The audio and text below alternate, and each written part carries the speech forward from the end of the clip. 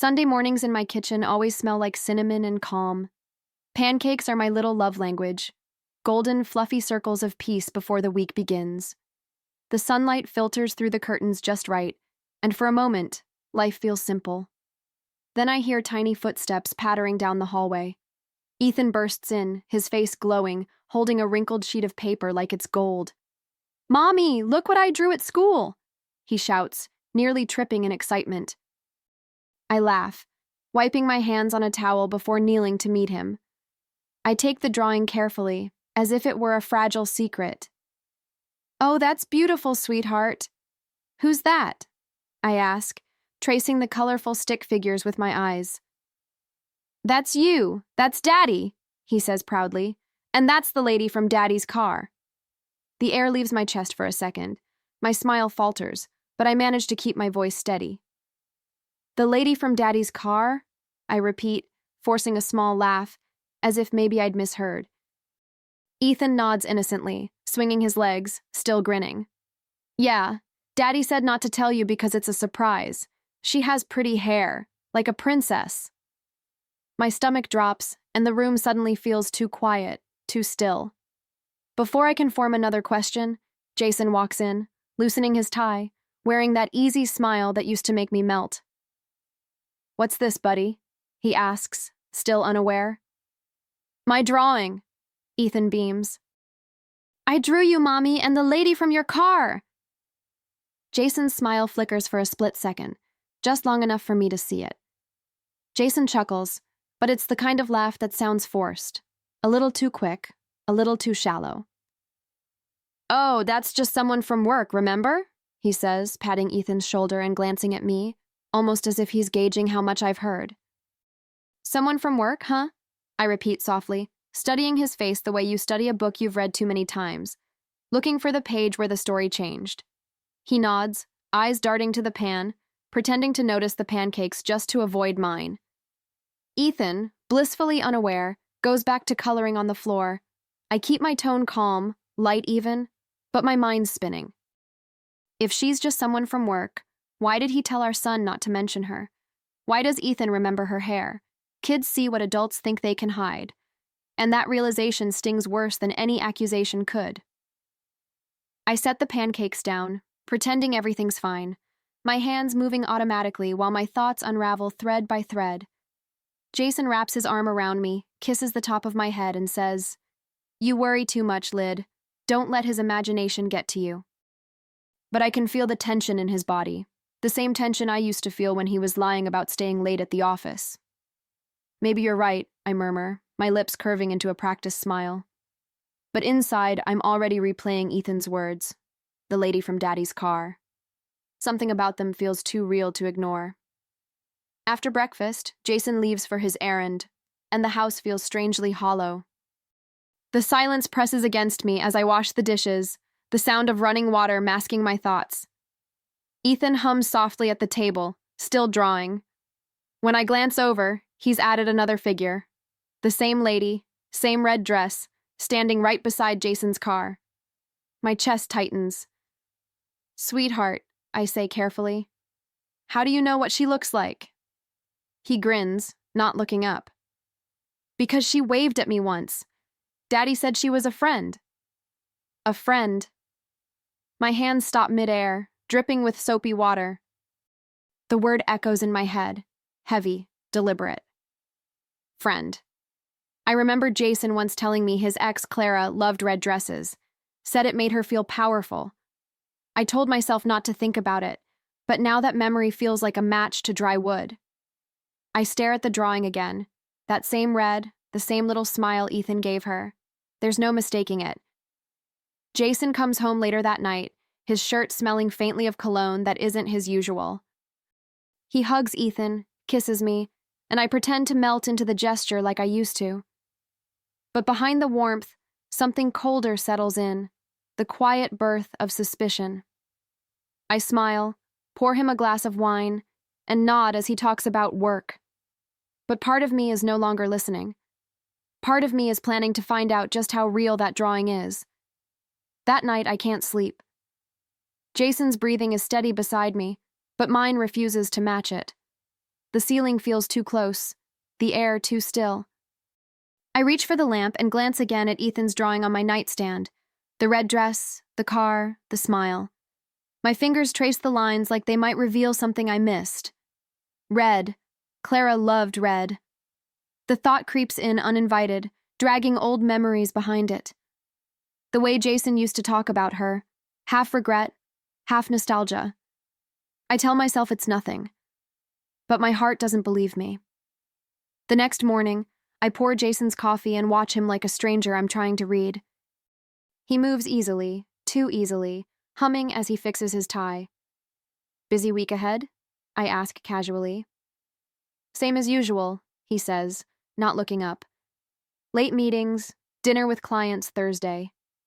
I nod, smiling like a good wife, but inside I'm filing every word away, storing it like evidence. Where's the dinner again? I ask, keeping my tone light. Mateo's downtown, he says without blinking. Too smooth, too rehearsed. After he leaves, I stand by the window, mug in hand, watching his car disappear down the street. I tell myself to let it go, to trust him, but that word, trust, suddenly feels foreign, like a language I used to speak fluently but can't remember anymore. I look at the clock.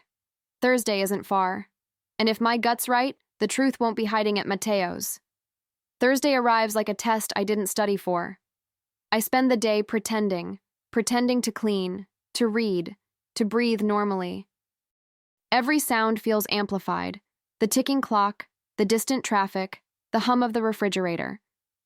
When Jason kisses me goodbye that evening, smelling faintly of cologne and guilt, I smile and say, "Good luck with your clients."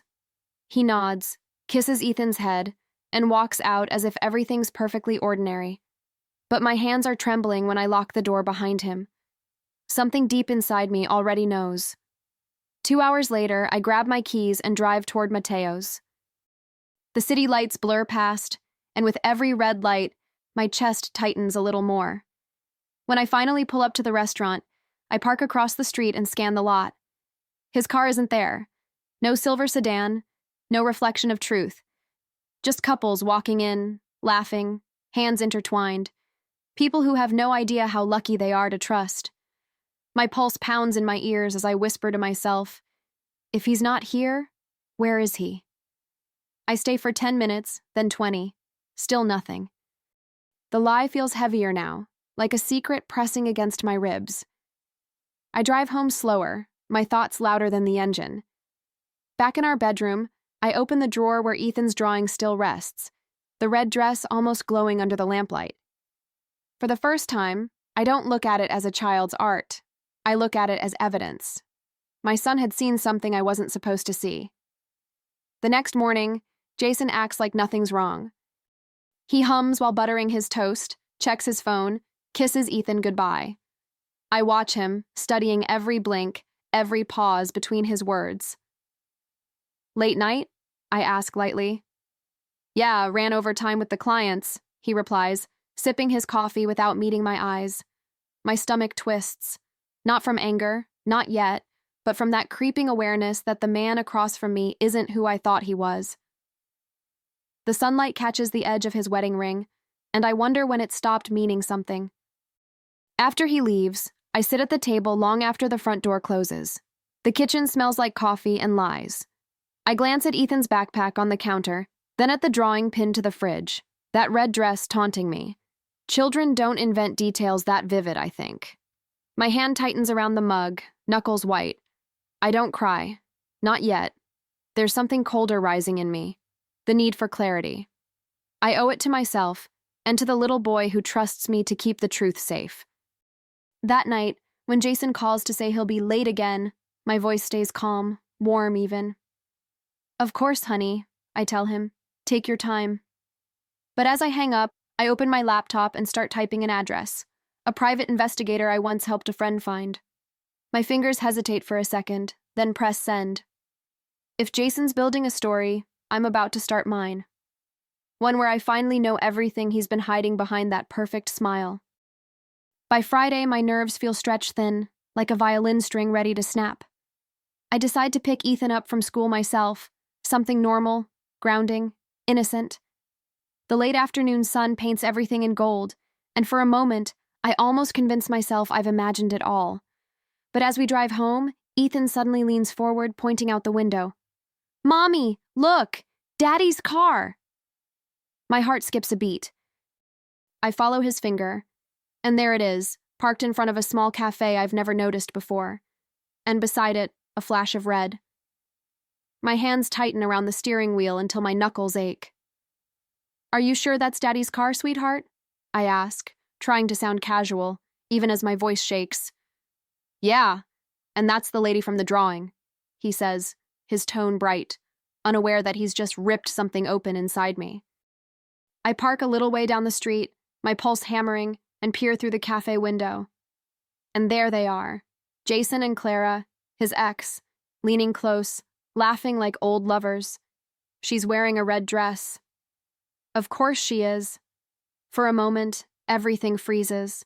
The noise of the street, the world outside that glass. It's all too vivid. Jason's smile, the way Clara tilts her head, the way his hand grazes hers. Betrayal isn't loud, it's quiet, ordinary, almost tender. I glance at Ethan in the back seat, his little face pressed to the window, still smiling. My throat tightens. I force a breath, steady my voice, and turn to him. "Hey, how about we go get ice cream before we head home?" He cheers. I smile too, but it's the kind of smile you wear when you've just made a promise to yourself. As we walk away from the cafe, I can still feel their laughter echoing behind me, sharp as broken glass. Ethan skips beside me, clutching my hand, oblivious to the storm brewing in my chest. "Can I tell Daddy we saw him?" he asks innocently, licking his ice cream. My lips curve into a small, practiced smile. "Not yet, sweetheart," I say softly. "Mommy wants it to be a surprise." My voice doesn't tremble, but my heart does. Every word feels like a seed, one that will grow into something Jason will never see coming. That night, after Ethan's asleep, I sit on the couch in the dark, replaying every detail from the cafe. The red dress, the way Jason leaned in close, the soft light catching on Clara's bracelet, the same one she wore years ago when he used to talk about her. It's strange how betrayal has a smell. His cologne mixed with guilt still lingers in my memory. I feel anger, yes, but beneath it there's something steadier. Resolve. I won't scream. I won't beg. I'll make sure he feels what I feel, quietly, deeply, and without warning. When Jason finally walks in, he looks tired but oddly content. "Long day," he says, tossing his keys onto the counter. I nod, keeping my tone even. "You look like it." He doesn't notice the way I study him, how his shirt smells faintly of roses, not the detergent we use. He kisses my forehead, thanks me for waiting up, and disappears into the shower. The water runs, and I stare at the closed door, thinking about the woman in the red dress. My son saw her first. Now I've seen her too, and I'm not done looking. The next morning, sunlight filters through the curtains, painting the room in gold that feels almost cruel. Jason hums while getting dressed, pretending that life is as it's always been. I hand him his coffee, steady and calm, watching how easily he lies just by existing. "You seem distracted," he says, smiling that same old smile, the one that used to make me feel safe. "Just tired," I reply, meeting his gaze long enough for him to look away first. Funny how guilt always flinches before it speaks. After he leaves, I open my laptop. The investigator's email is sitting there, unread since last night. My finger hovers, then clicks. Photos load slowly, grainy, ordinary, undeniable. Jason at the cafe. Jason holding Clara's hand. Jason looking at her like he once looked at me. My breath catches, but I don't cry. Instead, I study every picture, letting the truth settle deep, layer by layer, until it becomes something solid. Proof doesn't hurt, it heals, it turns suspicion into strategy. I print the photos, slip them into a folder, and tuck them into the kitchen drawer, right beside Ethan's drawing. Two versions of the same story, one told in crayon, the other in ink. I pour myself another cup of coffee and stand by the window as Jason's car disappears down the street again. There's no sadness now, only silence, the kind that comes before a storm. He doesn't know it yet, but the woman in my son's drawing has just rewritten the ending of our story. That evening, the house feels unnaturally still, like it's holding its breath. I set the table carefully, every movement deliberate. Fork, knife, napkin. And right beside Jason's plate, I place Ethan's drawing, the one that started it all. The crayons look innocent under the warm light, almost mocking. I sit, waiting. When the door finally opens, I hear his familiar footsteps and the jingle of keys. "What's for dinner?" he asks, loosening his tie like it's any other night. My voice comes out soft but sharp enough to cut. "Honesty." He pauses, caught off guard. "What?" he says, forcing a chuckle. I push the drawing toward him across the table. "Ethan's masterpiece," I whisper. "He's quite observant, isn't he?"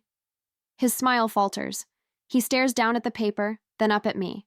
The room is quiet except for the hum of the refrigerator. "Lydia, it's not what it looks like," he begins. "You know," I interrupt, "every liar starts with that sentence." My voice doesn't rise. It doesn't need to. The truth is already screaming between us. He swallows hard, fumbling for words. "Clara needed help," he says finally. "She's been struggling." I nod slowly, tilting my head. Then maybe she should draw her own husband next time. The silence after that feels like the moment before thunder, heavy, inevitable. His jaw tightens, his hands trembling slightly as he looks anywhere but at me. For the first time, I realize he's afraid, and that fear, I think, suits him. I stand slowly, walk to the counter, and pick up the folder I've been waiting to use. It feels heavier than it should, full of proof, full of endings. I place it in front of him, the sound of paper against wood echoing through the kitchen. "You're predictable, Jason," I say quietly. "Even our 6-year-old can map your schedule better than your lies." He opens the folder, and the color drains from his face. The photos stare back at him and Clara at the cafe, hands intertwined, smiles too close, too real. His mouth opens, but no sound comes out. "Lydia, please," he finally says, voice shaking. "You don't understand." I laugh softly, bitterly. "No, Jason, I understand perfectly. You just never thought I would." He looks at me like a man watching his carefully built world tilt off its axis. I can almost feel his panic, the way his heart races under that composed facade. But I don't move. I let him sit in it, let him drown in his own excuses. He reaches across the table, desperate now. "Lyd, don't do this. We can fix it. For Ethan." His words hang heavy, wrapped in guilt he's too late to feel. "You did this yourself," I reply, my voice calm, final. "For years, I loved the way he said my name. Tonight, it sounds hollow, like something that no longer belongs to me." He lowers his head, and for the first time, I see it. The look of a man who's finally realized he's lost everything. He stays seated, shoulders slumped, as if gravity's finally caught up with him. I walk around the table, collecting the plates I'd never filled. "You know what's funny?" I say quietly, stacking them in the sink. "You thought you were being clever, sneaking around, erasing messages, changing passwords, but you forgot the one person who never lies." I turn and look at him. Our son. His eyes widen, shame washing over him. For a second, I almost pity him. Almost. He stands, reaching for me. "Lydia, I made a mistake." "No," I cut in, stepping back. "You made choices, repeatedly. And the saddest part? I would have forgiven the first lie if you'd just stopped there." My voice softens, but it's sharper than any shout could be. "But you didn't. You built a world where I was supposed to stay blind." His jaw tightens, tears brimming but never falling. "I love you," he whispers. I shake my head slowly. "You loved yourself more." The clock ticks between us like a countdown. I grab my purse, the folder, and the last ounce of patience I have left. I'm done cooking for ghosts, I say, moving toward the hallway. He doesn't follow, maybe because he knows he can't fix what he's already burned. As I climb the stairs to check on Ethan, I feel something shift inside me. It's not relief, not yet. It's power, quiet, heavy, and real. The kind that doesn't need noise to be felt. Revenge, I've learned, doesn't need fire. It just needs precision. 2 days after that dinner, I wake up before dawn, calm in a way I haven't been in weeks. Jason's already left for work, which makes things easier. I get dressed, pull my hair into a bun, and drive across town to Clara's office. The building smells like fresh paint and cheap perfume, fitting for someone who mistakes chaos for passion. When I walk in, the receptionist assumes I'm a client.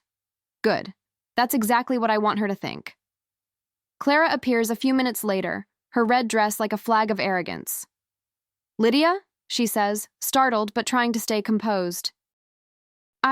This isn't... I raise a hand, calm and firm. "Relax, I'm not here to fight." Her confusion almost makes me smile. I lean in slightly, lowering my voice. "I just wanted to thank you. You gave me clarity, something I'd been missing for a long time."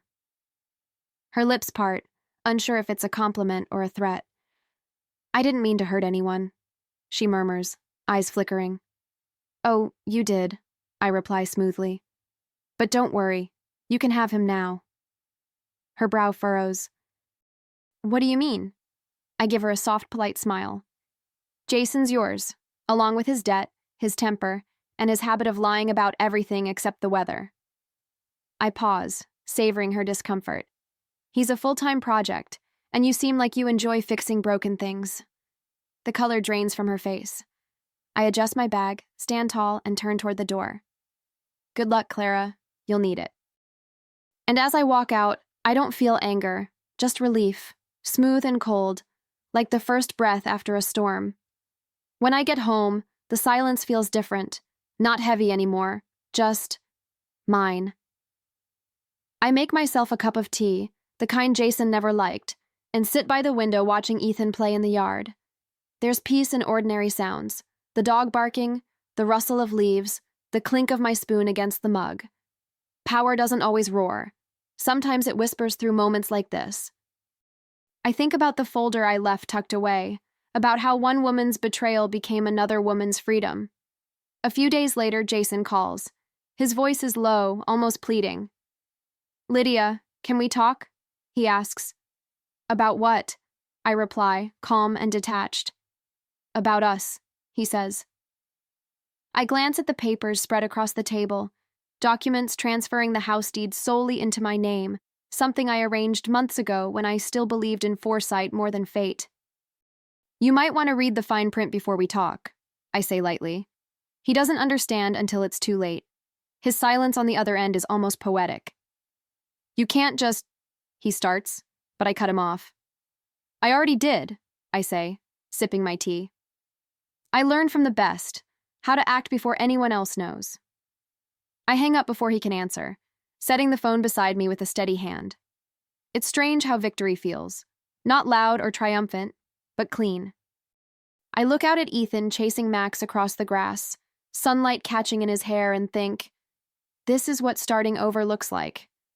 No fireworks, just truth. A week later, I pack the last of Jason's things into a box, neatly, without malice. There's something sacred about closure done quietly. I leave the box by the door with a note. For the man who taught me never to ignore red flags or red dresses. Then I lock the door behind me, not to keep him out, but to keep peace in.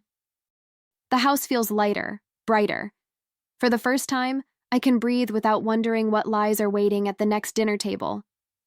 Ethan and I bake pancakes that morning, just like we used to. "Can we make them extra fluffy, Mommy?" he asks, his laughter bubbling through the kitchen. "Always," I say, smiling genuinely this time. He doesn't know the full story, and maybe he never will. Maybe that's my final act of love, protecting his idea of home. When he hugs me, Sticky with syrup, it feels like forgiveness I didn't know I needed. Not from Jason, from myself. Later that day, I drive past Clara's cafe. She's there alone, staring out the window. I don't stop. I don't need to. Some stories don't deserve sequels. As I turn onto our street, I realize revenge isn't about destroying someone else's life. It's about reclaiming your own. Jason lost a wife. Clara gained a lesson. And I gained silence that finally feels like peace. Months later, the world feels softer. The mornings no longer sting. They hum. Ethan and I spend Sunday at the park, the same way we used to before everything cracked open. The air smells of grass and childhood laughter, and for the first time in forever, my chest doesn't feel tight. "Mommy, look!" Ethan calls, holding up another drawing. I smile, kneeling beside him in the warm sunlight. His little hands are smudged with crayons. "Who's in this one?" I ask, my voice lighter than it's been in years. He beams proudly. "Just you and me.